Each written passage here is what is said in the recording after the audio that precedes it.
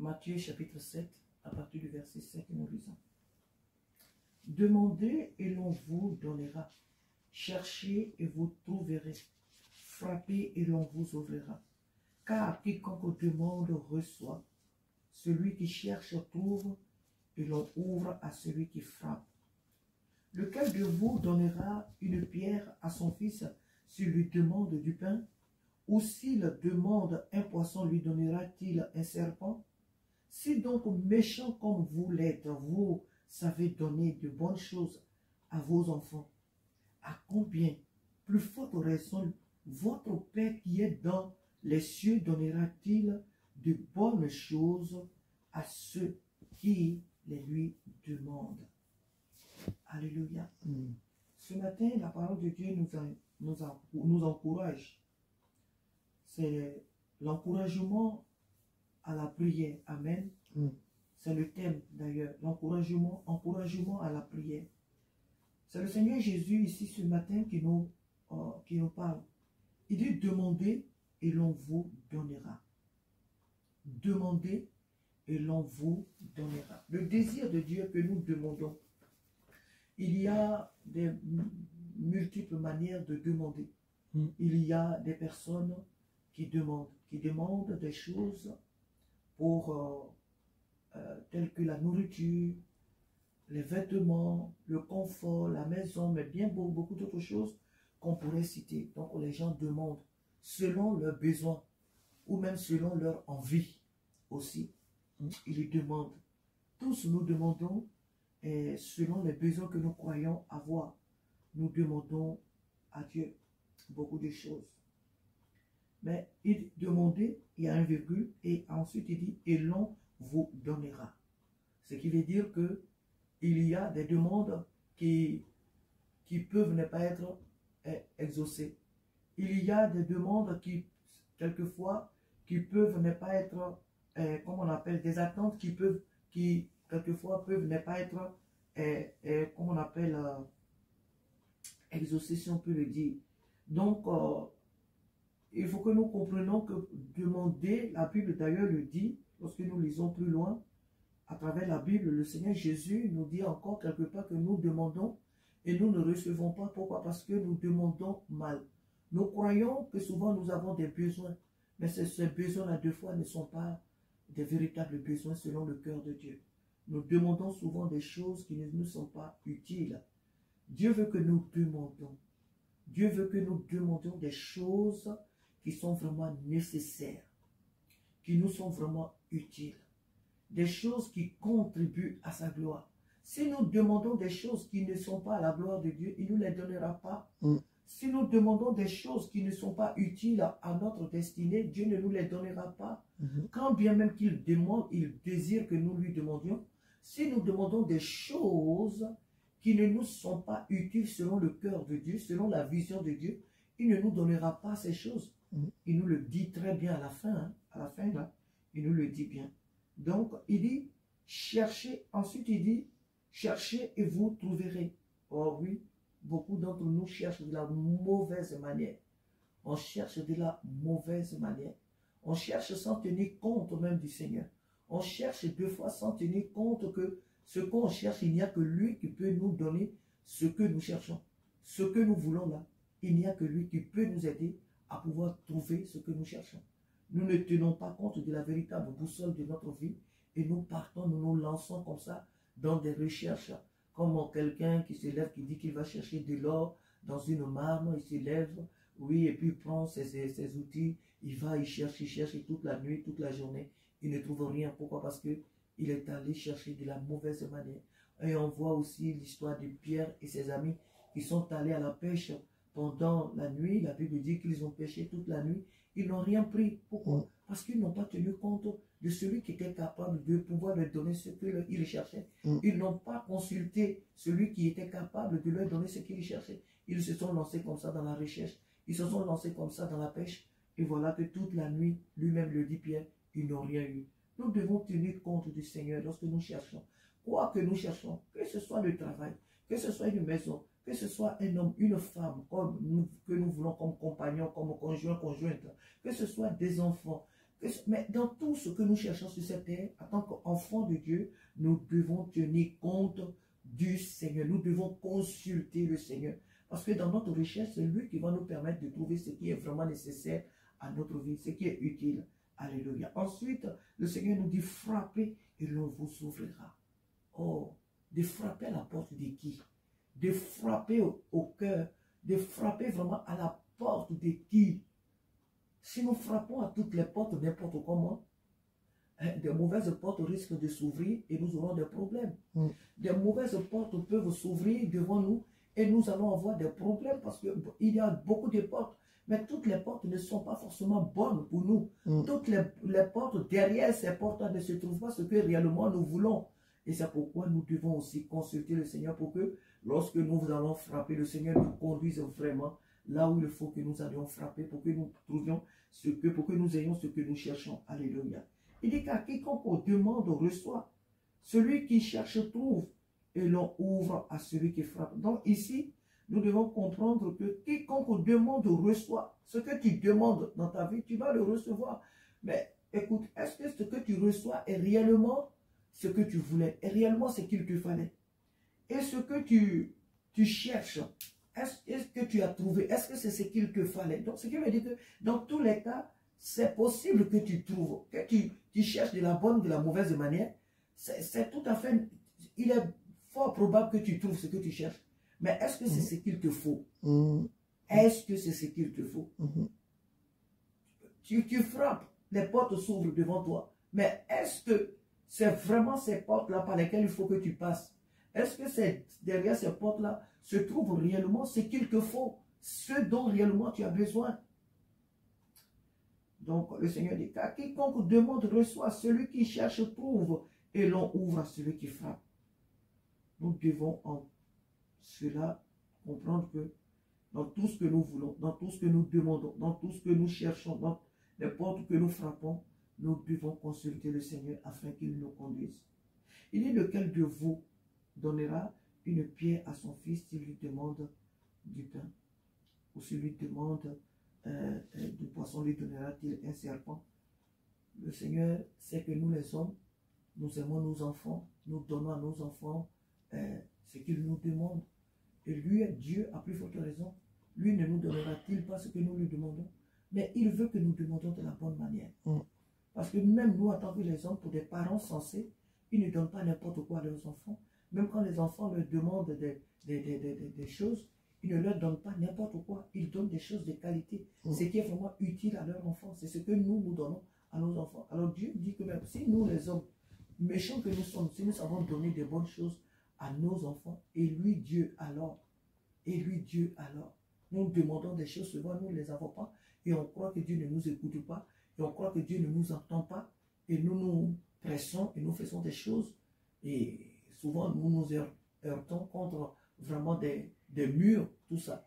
Mais nous devons comprendre que souvent nous demandons des choses que Dieu ne veut pas que nous ayons aussi. Et pour cela, le Seigneur, il attend, il désire que nous demandons des choses selon son cœur. Et c'est pourquoi dans toutes nos prières, nous devons dire à Dieu, Seigneur, voilà ce que je cherche. Seigneur, voilà ce que je demande. Seigneur, voilà, je viens frapper à ta porte, mais je veux, ou bien que je frappe à des portes, mais Seigneur, que ta volonté soit faite. Dans tout ce que je demande, dans tout ce que je cherche, dans tout ce que je désire, Père, que ta volonté soit faite. Je ne suis qu'un être humain, donc j'ai demandé selon moi, mes capacités. J'ai demandé en tant qu'être humain. Mais toi, Dieu qui m'a créé, qui sait ce qu'il y a de mieux pour moi, Seigneur, fais le bon choix pour moi. Conduis-moi, dirige-moi. Père, je m'abandonne en tes mains dans tout ce que je cherche, dans tout ce que je demande, les portes que je frappe, permets que les bonnes portes me soient ouvertes. Je m'abandonne entre tes mains. Ce matin, la Bible nous encourage à la prière, nous appelle vraiment à la prière. Ne soyons pas des chrétiens qui demandons que les choses élémentaires, la nourriture, Seigneur, donne-moi à manger, Seigneur, donne-moi du travail, Seigneur, donne-moi. Il y a beaucoup plus à demander. Je peux demander, comme tout à l'heure, j'ai prié pour une amie.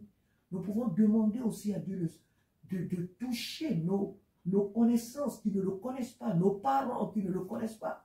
Nous devons demander aussi au Seigneur d'affermir notre foi dans notre marche avec lui. Nous pouvons aussi demander au Seigneur de toucher les nations au milieu desquelles nous nous trouvons, de les toucher, de toucher les autorités, de toucher nos familles, de toucher notre entourage, nos voisins à qui nous parlons du Seigneur depuis. Nous pouvons aussi demander à Dieu de les toucher, car lui seul convainc les cœurs du péché.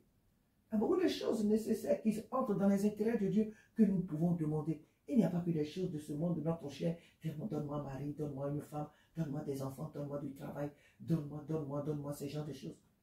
Et d'ailleurs, le Seigneur nous dit encore dans ce livre, dans Matthieu chapitre 6, il nous dit que ce sont les païens qui s'inquiètent pour ces choses. Ce sont les païens qui s'inquiètent pour ces choses-là, qui passent leur temps à les demander. Dieu n'est pas contre qu'on demande. Dieu n'est pas contre qu'on demande à manger, qu'on demande à nous vêtir. Mais quand ça devient la chose la plus importante pour nous, là, ça devient un problème. Parce que ces choses-là, il les donne aux animaux qui ne sèment ni ne moissonnent. Il les donne, les oiseaux du ciel, il a dit, il leur donne. À plus forte raison, nous, ses enfants, demandons des choses qui sont vraiment importantes à Dieu. Demandons des choses qui entrent vraiment dans les intérêts de Dieu.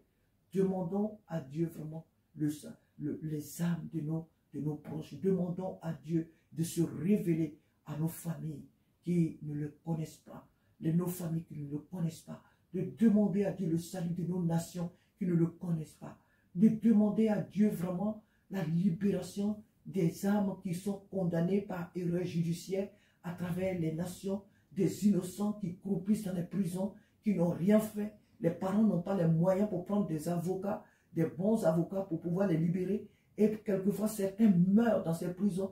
Certains croupissent dans des prisons depuis des années et les coupables sont dehors. Des fois même les coupables des fois sont mortes. Et ces personnes se retrouvent toujours en prison parce qu'on a jugé bon de les condamner sans toutefois vraiment vérifier. Donc il y a beaucoup de cas que nous pouvons demander au Seigneur d'être l'avocat de ces âmes innocentes qui croupissent dans les prisons, d'être le protecteur, le médecin de toutes ces âmes malades dans les hôpitaux. Les médecins font ce qu'ils peuvent selon les études qu'ils ont faites, mais celui qui guérit, c'est Jésus-Christ. Et nous pouvons demander au Seigneur de visiter les hôpitaux à travers le monde, que les âmes soient, que sa main touche les âmes et qu'elles reçoivent la guérison. Nous pouvons demander au Seigneur, de toucher nos frères à travers le monde qui sont persécutés à cause de l'évangile. Nous pouvons demander au Seigneur d'affermir leur foi, pas de ne pas permettre qu'ils soient persécutés, mais que dans leur persécution, que le Seigneur les aide à aller jusqu'au bout, que le Seigneur leur donne de tenir ferme jusqu'au bout, que le Seigneur se révèle à ceux qui les persécutent, que Dieu étend ses mains. Il y a beaucoup de choses très utiles que nous pouvons demander à Dieu. Je pourrais faire la liste ici, mais je vais m'arrêter à ces trois cas. La conversion de nos familles, la guérison des malades dans les hôpitaux, la libération des innocents qui croupissent dans les prisons, et bien beaucoup d'autres choses. Des personnes, mais il y a des personnes qui souffrent dans ce monde, pas parce qu'elles ont fait des choses graves, mais il y a des personnes qui ne connaissent pas encore le Seigneur. L'ennemi vraiment a mis sous un joug de souffrance, des gens qui souffrent rien de ce qu'ils font, mais ne marchent, et ces gens-là croupissent vraiment sous des poids, mais vraiment très lourds. Et nous pouvons prier aussi pour le salut de ces gens. Beaucoup de personnes perdent leur bien à cause de la jalousie dans les familles, la sorcellerie. Beaucoup de gens perdent leur poste professionnel à cause de la jalousie. Beaucoup de gens sont accusés à tort. Et comme on l'a dit le dimanche, le Seigneur l'a dit le dimanche, beaucoup de gens sont arrachés à leur profession, de leur profession. Pourquoi? Parce que une femme s'est levée comme ça, dit, il m'a violé, alors qu'il n'en est rien du tout. C'est un coup monté pour pouvoir, comment on appelle, pour pouvoir prendre le métier de cet homme pour le chasser de son poste.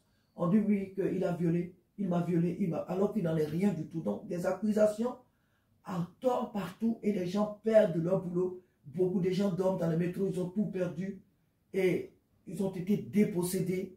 Et il y a beaucoup de choses, beaucoup d'injustice, Et nous pouvons implorer le Seigneur pour qu'il vienne au secours à toutes ces personnes. Il y a des gens qui sont sur le point de se suicider, à cause des souffrances, à cause de ce qu'elles vivent, à cause de ce qu'elles vivent, nous pouvons demander au Seigneur de toucher ces personnes-là, de les libérer.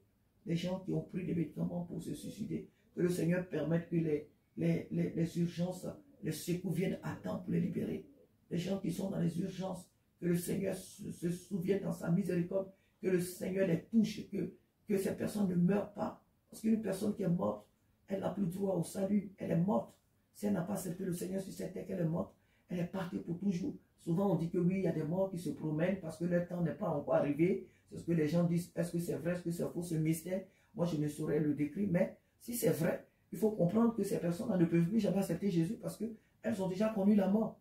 Elles ont déjà connu la mort. Donc, même si elles errent dans le monde parce que leur temps n'est pas encore arrivé qu'on les a tués, si c'est réel, ces analyses que font beaucoup de personnes, si réellement ces personnes errent encore dans le monde, hein, ces gens-là errent, elles ne peuvent plus accepter le Seigneur parce qu'elles ont déjà vécu dans la vie réelle que Dieu leur avait donnée. Elles n'ont pas accepté Jésus. Donc, elles attendent l'heure du jugement.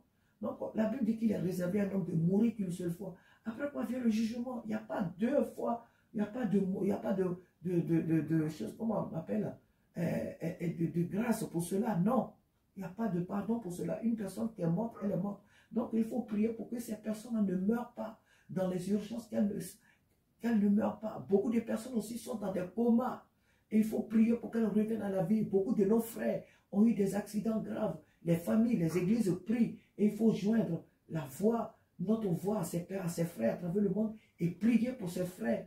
Beaucoup des hommes de Dieu ont baissé les bras dans leur ministère à cause vraiment des épreuves, des difficultés. On a beau dire oui, le Saint-Esprit, bien sûr que le Saint-Esprit est là, mais nous sommes des hommes. Nous sommes des hommes, amen. Et ces frères, ces hommes de Dieu, il faut prier pour que le Seigneur ravive leur foi dans leur ministère. Beaucoup d'hommes de Dieu tournent en rond dans leur ministère. Ils n'ont plus de vision. Ils n'ont parce qu'ils ont perdu leur relation réelle avec le Seigneur. Donc, ils n'ont plus de vision. Il faut prier pour que le Seigneur les renouvelle. Il y a beaucoup de sujets. Il y a beaucoup de sujets pour lesquels nous devons prier en tant que peuple de Dieu. Donc, nous cherchons quoi? Qu'est-ce que nous cherchons exactement? L'enfant de Dieu doit chercher là où il vit. Dans sa vie, il doit chercher le salut des âmes, là où il vit. Je dois chercher. Je cherche quoi? Qu'est-ce que je cherche? Je veux que mes voisins soient convertis. Je veux que la ville où je vis, que les âmes qui appartiennent au Seigneur viennent à Jésus-Christ. Je frappe à quelle porte au fait?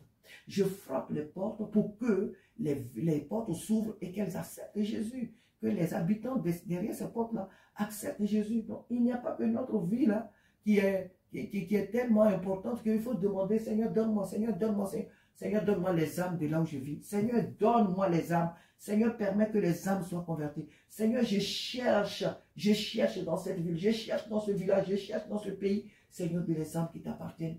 Alléluia. Pour te servir. Donc, que le Seigneur nous aide dans ce que nous demandons, dans ce que nous cherchons, les portes auxquelles nous frappons. En tout cela, que le Seigneur nous donne de faire les choses selon lui, son cœur et dans son intérêt. L'intérêt de Dieu, c'est notre intérêt. Mais souvent, notre intérêt, de fois, n'est pas celui de Dieu parce que nous demandons mal. Nous ne faisons les choses comme cela ne se fait pas, ou cela ne doit pas se faire. Mais les intérêts de Dieu, ça c'est sûr et certain que les intérêts de Dieu sont nous aussi nos intérêts. Parce que ce que Dieu aime, ce que Dieu veut, c'est ce qu'il nous faut. C'est ce qui est bien pour nous. Que Dieu nous aide ce matin. Alléluia. Que le Saint-Esprit nous aide ce matin à faire toutes les choses pour la gloire. Dieu nous aime. Dieu nous aime énormément. Il veut que nous ayons ce que nous lui demandons. Il veut que nous ayons ce que nous cherchons. Il veut que nous frappions à la bonne porte. Lui, à sa porte, car lui seul possède les bonnes choses qu'il peut nous donner. Amen. Que son nom soit béni ce matin. Persévérons dans la prière. Aimons le Seigneur. Servons le Seigneur de tout notre cœur. Alléluia. Que son nom soit béni. Amen, amen, amen.